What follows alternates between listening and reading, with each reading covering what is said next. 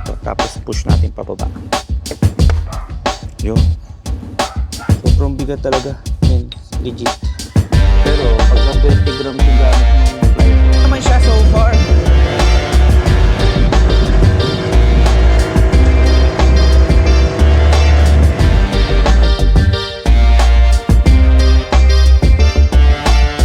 Morning mga katulis. So welcome back again sa channel natin. So for today, papakita ko sa inyo yung mga iilan na pyesa na nabili natin dito kay Honda Giorno. So ayun siya, nakabalot pa. So tanggalin muna natin siya sa takip. Actually itong si Giorno mga tol, wala pa talaga tong parking.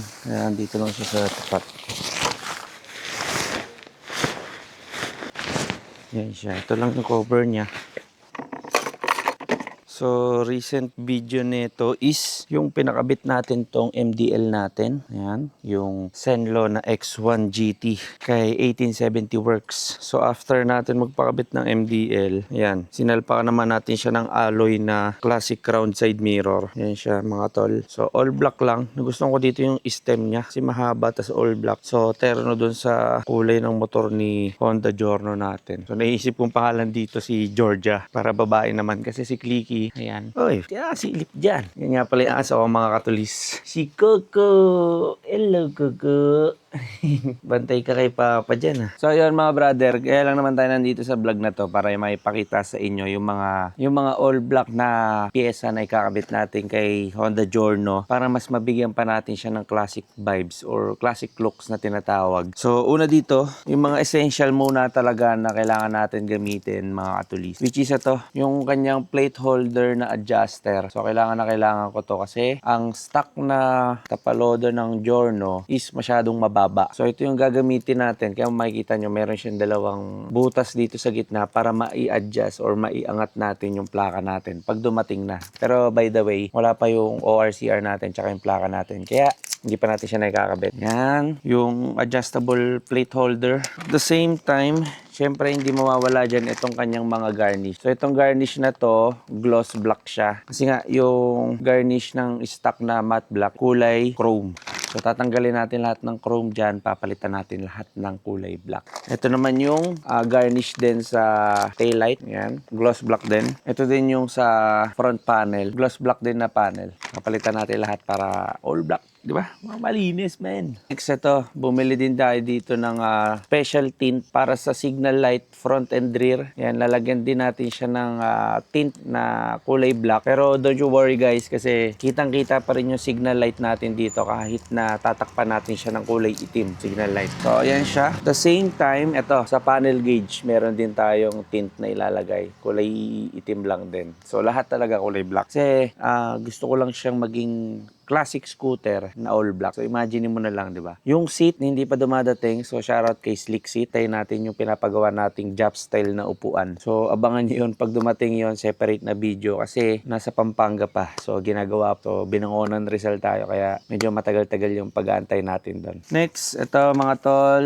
Tint pa rin siya, pero sa taillight na to ilalagay. Ayan. Okay? Tint na black din. At last, but not the least, is itong sa ating headlight. Pero plano ko dito mga tol, baka hatiin natin to sa gitna para yung low beam lang yung makikitang ilaw at the same time mababawasan pa rin yung touch of white or chrome na tinatawag. So in order natin, taga Thailand pa yung ginawa na binila natin ng tint at may kasama siyang ganito, which is ito yung pang scrap, pang ayos sa tints kapag sinalpak natin. Next, ito yung camera mount na tinatawag. So kung natatandaan nyo yung last vlog natin about dun sa MDL, kaya kita nyo ako sa camera dahil dito. So bumili lang ako ng bago kasi luma na yung isa, saka pang kay Clicky kasi yun. Kaya ito, yan, nag-avail tayo ng bagong camera mount na isasalpak natin dito sa Honda Giorno natin para magkaroon tayo ng front view na POV kapag nagsasalita tayo. So kung gusto nyo nung mga ganitong klase ng pyesa sa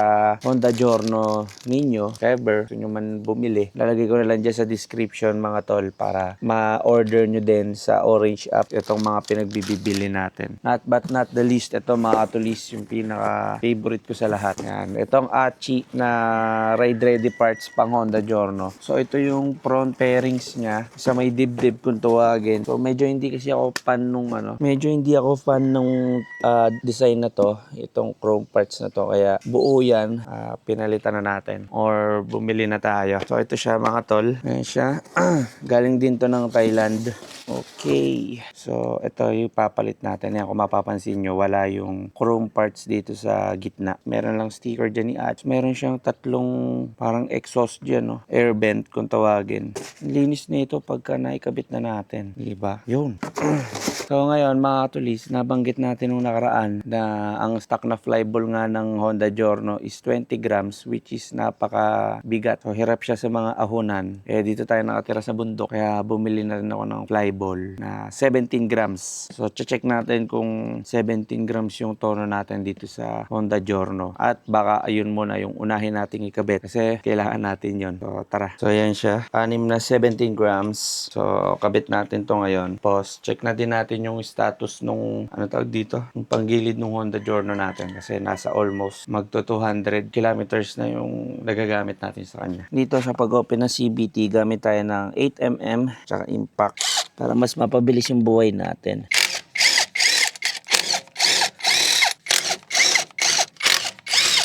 Iba-iba din pala sukat ng mga bolts nito. Kailangan din natin siyang tandaan pagka kakalasin.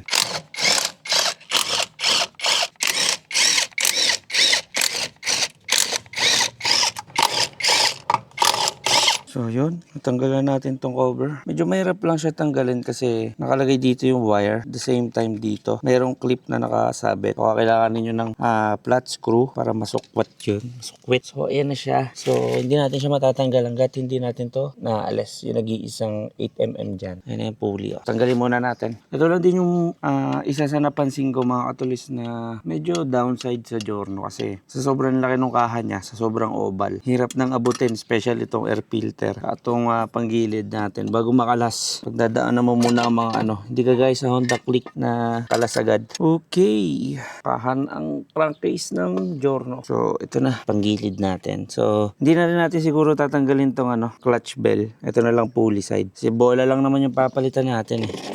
Tanggalin natin mga tol. Gamit tayo ng 22 na sockets. Impact. Kakalas. Meron siyang parang washer. Tanggalin natin. So take note mga katulis, ang stock na pulley at drive paste ng Giorno is kasukat siya ng Click 150, PCX 150, tapos big pulley na siya pagka PCX 160 yung kinabit ninyo. Ang pang 125 na click, hindi siya pwede. Yun lang. So okay lang naman. Tanggalin natin. Okay. This is it. Hey, yun. So ito na siya. Ano, makikita ninyo. 20 grams, man. Bigat na ito mga tol, sa totoo lang. Stock na stock. Same lang nung binili natin. Pero, ayun, kung makikita nyo yung flyball, yung isa naka-open. Yung isa naman, sarado. Ayan o, diba? Sarado to, yung isa open. So, ang placement, yung sarado nasa kaliwa. So, palitan natin. Ito na ipapalit natin. Sarado nasa kaliwa. Ganyan ang paglagay. Sarado nasa kaliwa. Sobrang bigat talaga. Men, legit. Pero, pagka 20 grams yung gamit mong flyball, puta classic na classic yung takbuhan mo. Yan na, nilagay na natin.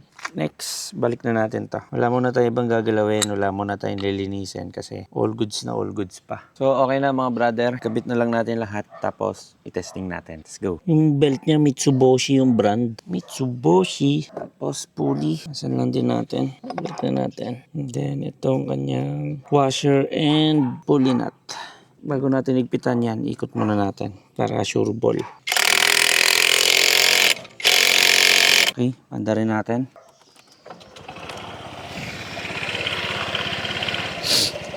All goods.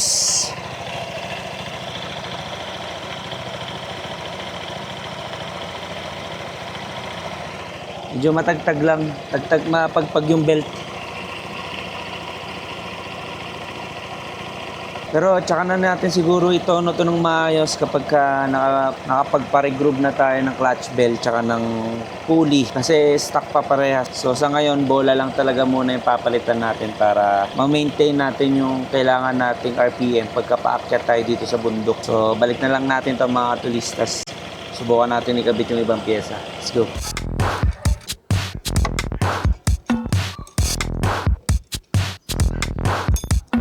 Yo, okay na. Let's Go! So, yun. Tara.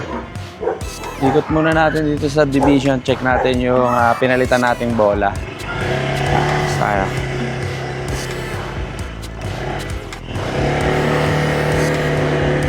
Okay, parang mas naging responsive na yung kanyang panggilid.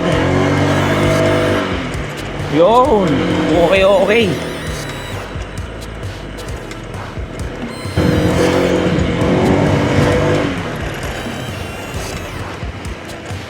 Yep.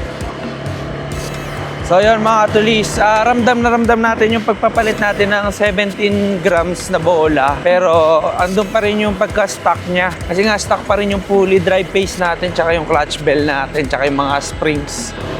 Yan. Pero okay naman siya so far.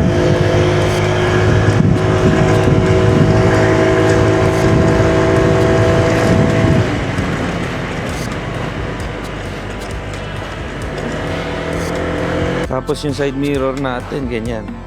Diba? Side stand natin. So, usually una talaga natin inayos dito yung performance niya. Una yung headlight, tapos yung headlight, nagpakabit tayo ng MDL. At the same time, yung bigat ng panggilid. Yan, nagpalit tayo 17mm. Pero hindi pa natin natatry yung 16mm, kaya hindi pa natin masabi. So tara, balik tayo sa bahay.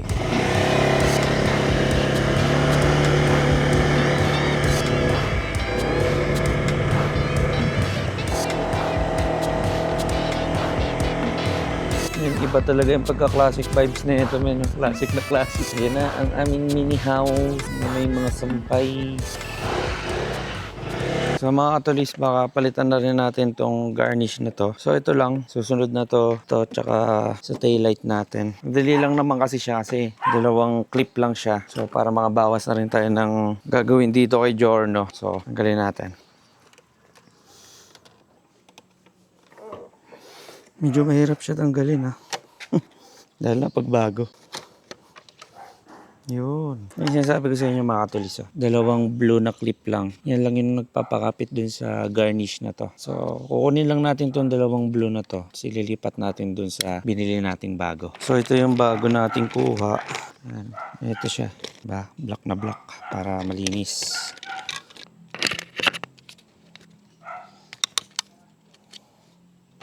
Ito yung dalawa. Lipat lang natin dito sa kabila. Yun. So downside, since mumurahin lang tong garnish na nabili natin, wala siyang kasamang emblem dito. So bilan na lang din natin siya. Siguro ibang design na lang para mas okay. So pag ikakabit, yan, tututok lang natin yung dalawang nut dito. Tapos push natin pababa. Yun. Yan, okay na. O, diba? Pogi na, gagi. Medyo hindi ako mapakaliman, kaya baka ikabit na rin natin ito dito. Itong black na protection film dito sa panel gauge natin. So tara, salpak na din natin ito. Sabi ko, huwag muna. Pero sige, kabit na din natin. Punasan muna natin para... Parang lang nagkakabit ng tempered glass sa cellphone pagka nagkabit ka ng tint. Okay na mga tol. So yan siya, kung makikita nyo puro gas-gas, pero meron pa kasi yan dito sa ibabaw. Tatanggalin natin. Yun. Yan. So ayan na yung pinaka-final niya. Bagag. Ang pogi po yung all black mid. Let's go. Hindi maipinta, ang saya. Kay katulis. So yan na lang muna ang gagawin natin dito kay Honda Giorno all black. So kung nagustuhan mo yung mga ganitong content natin, please like, comment, and subscribe. Visitin mo na rin yung notification bell mga tol para updated kayo sa mga ikakabit natin dito kay Giorno. Okay? So hanggang dito lang mga katulis. Thank you for watching. Bye bye.